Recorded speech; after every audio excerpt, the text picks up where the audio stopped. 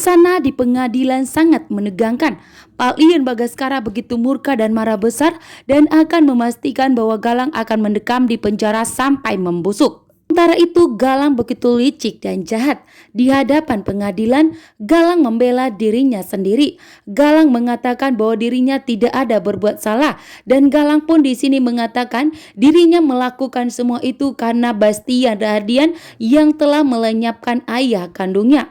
Sehingga Galang pun ingin membalaskan semuanya dendamnya kepada Aksa Rahardian, termasuk telah menculik bahkan telah membuang anak kembarnya.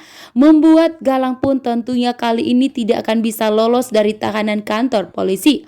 Pak Lian Bagaskara pun begitu murka dan marah besar karena Galang telah berani mengganggu hubungan rumah tangga Aksa dan Amira, bahkan telah berani mengganggu keturunan keluarga Lian Bagaskara, membuat Pak Lian Bagaskara yang akan memberikan hukuman kepada Galang. Bahkan saat ini pun Damar memastikan bahwa Galang tidak akan bisa bebas. Ternyata Damar adalah seorang pengacara senior. Damar kali ini bertindak. Damar pun memberikan kepastian kepada hakim bahwa memang Galang adalah seorang penjahat yang sudah membuat Aksa dan Amira kehilangan anak kembar mereka.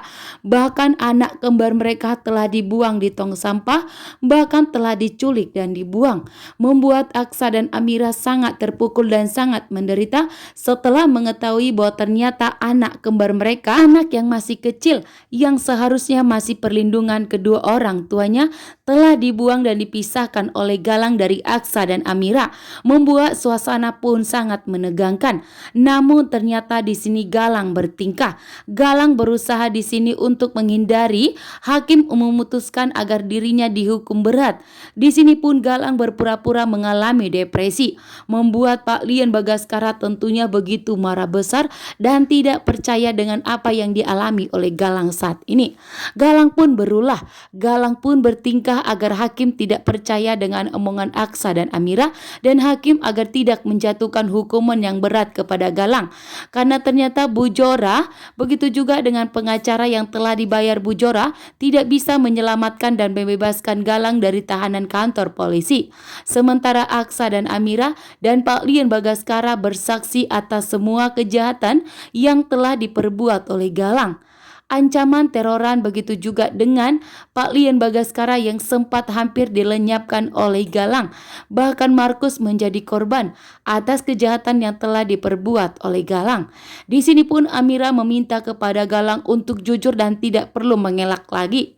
Sementara Bu Jora menyadari semua kejahatannya yang dulu yang mengakibatkan Galang seperti ini. Galang menjadi jahat itu semua karena Bu Jora yang memilih menikah kembali dengan Bastian Rahardian, sehingga ayahnya Galang pun mengalami yang dimana ayahnya Galang meninggal dunia akibat Bu Jora. Namun di sini Galang malah mencoba ingin membalaskannya kepada Aksa dan Amira dengan menculik anak Aksa dan Amira, bahkan telah membuang mereka. Dan di sini pun ternyata hakim mulai mengambil keputusan dan akan menjatuhkan hukuman berat kepada Galang.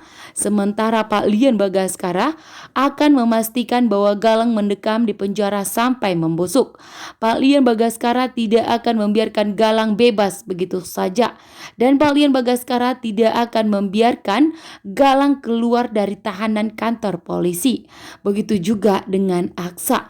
Melihat tatapan matanya Aksa membuat hakim pun ikut merasakan sakitnya yang dirasakan Aksa.